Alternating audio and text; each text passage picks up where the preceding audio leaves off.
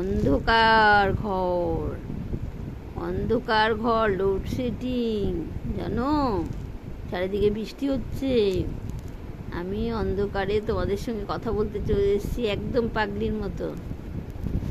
শুয়ে শুয়ে আমার পাগলা বড় যে শুয়ে আছে, আমরা পাগলা আর পাগলি দুজনে শুয়ে শুয়ে কথা বলছি, তোমাদের সঙ্গে কথা বলছি। বাবা রে বাবা, চুলটা ঠিক করি।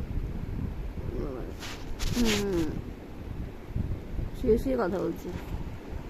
বন্ধুরা, আমি দেখতে পাচ্ছি আজকাল সবাই সবাইকে বলছে বাস দিয়ে দেব, জানো, সবাই সবাইকে বলছে বাস দিয়ে দেব, ঝগড়া হলেই বলছে বাস দিয়ে দেবো একদম।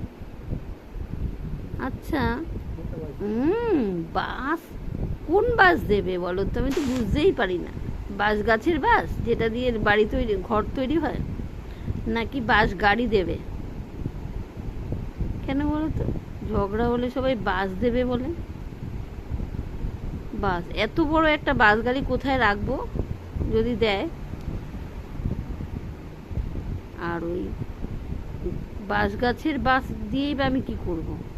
আমার কর্তা তো একটা ঘর আমাকে কিনে দিয়েছে, এখন আর বাঁশ গাছের বাস দিয়ে কোথায় আবার ঘর বানাবো? তার জন্য জায়গা কিনতে হবে, তাই না? কি জ্বালা। আচ্ছা, কোন লেভেলে ঝগড়া হলে কোন বাস দেয়? ছোটোখাটো ঝগড়া হলে নিশ্চয়ই বাঁশ গাছের বাসই দেবে বলে। আর বড় সড়ো ঝগড়া যদি হয় থানা পুলিশ, তাহলে নিশ্চয়ই বাস গাড়ি দেবে, তাই না?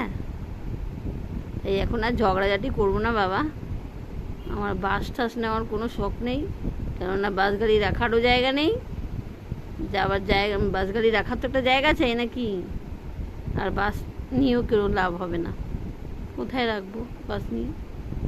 এই ঝগড়া টগড়া আর করবো না, সাবধানে থাকতে হবে যাতে কেউ বাস না দিতে চায় আমাকে। অন্য কিছু দিতে চাইলে নেব, যদি বলে তোমাকে